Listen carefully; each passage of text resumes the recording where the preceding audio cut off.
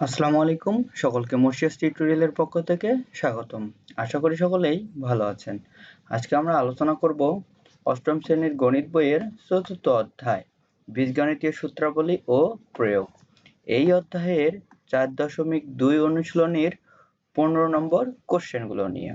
15 নম্বর question কি বলা আছে যে সূত্রের সাহায্যে গুণফল নির্ণয় করো।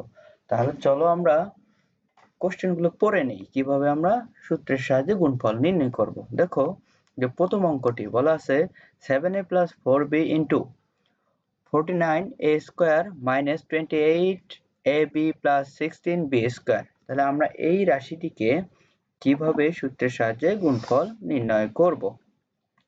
দেখো প্রদত্ত রাশি আমার যা ছিল আমি তাই লিখেছি। এরপরে দেখো এই যে 7a + 4b দিলাম।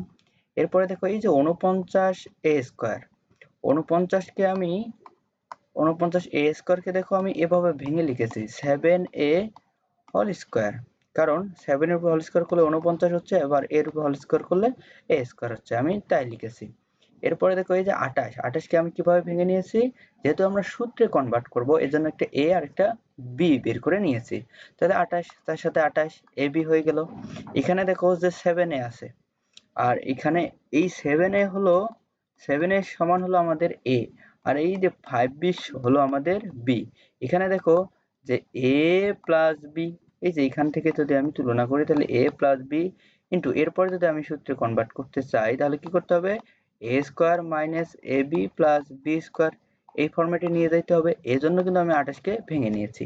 এরপরে দেখো 16b², এটাকে আমি 4b² লিখেছি। তাহলে এখান থেকে আমরা কি লিখতে পারি, 7a³। তাহলে আমরা জানি এই সূত্র সমান কি লেখা যায়, a³ + b³।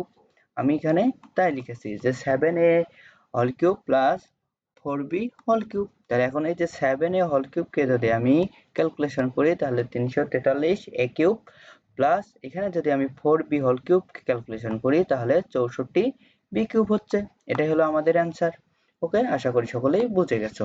যদি বুঝে থাকো তাহলে আমরা দেখি পরবর্তী অঙ্কটি বলা আছে যে 2a - 1 * 4a² + 2a + 1 * 8a³ + 1। আমরা এই অঙ্কটিকে কিভাবে সূত্রের সাহায্যে গুণফল নির্ণয় করব। তাহলে দেখো প্রদত্ত রাশি যা ছিল আমি তাই লিখেছি যে 2a * 1 2a - 1 * 4a² + 2a + 1 * 8a³ + 1 হচ্ছে।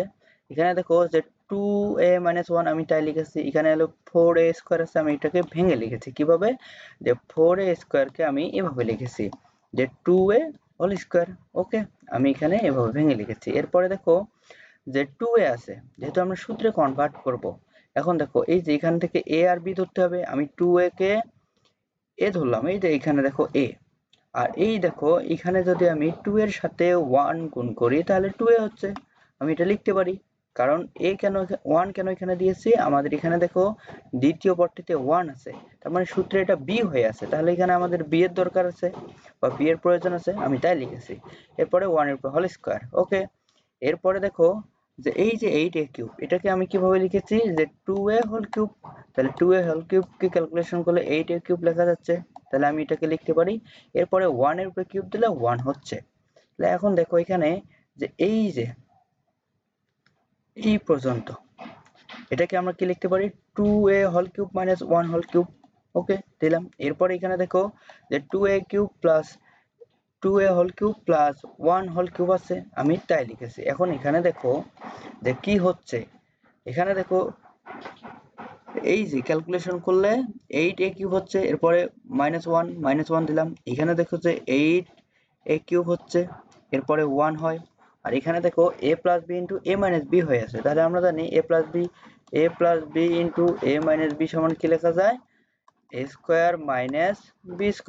আমি এখানে দেখো যে তাই করে দিয়েছি। ওকে, তাহলে a সমান ছিল আমাদের 8a³ আর একটু হোল স্কয়ার করতে হবে সূত্র অনুযায়ী।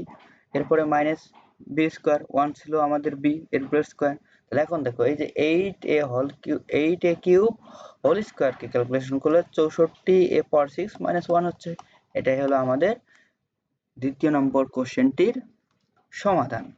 আশা করি সকলেই বুঝে গেছো। যদি আমাদের চ্যানেলের ভিডিওগুলো ভালো লেগে থাকে তাহলে লাইক শেয়ার এবং সাবস্ক্রাইব করে চ্যানেলটির পাশে থাকুন।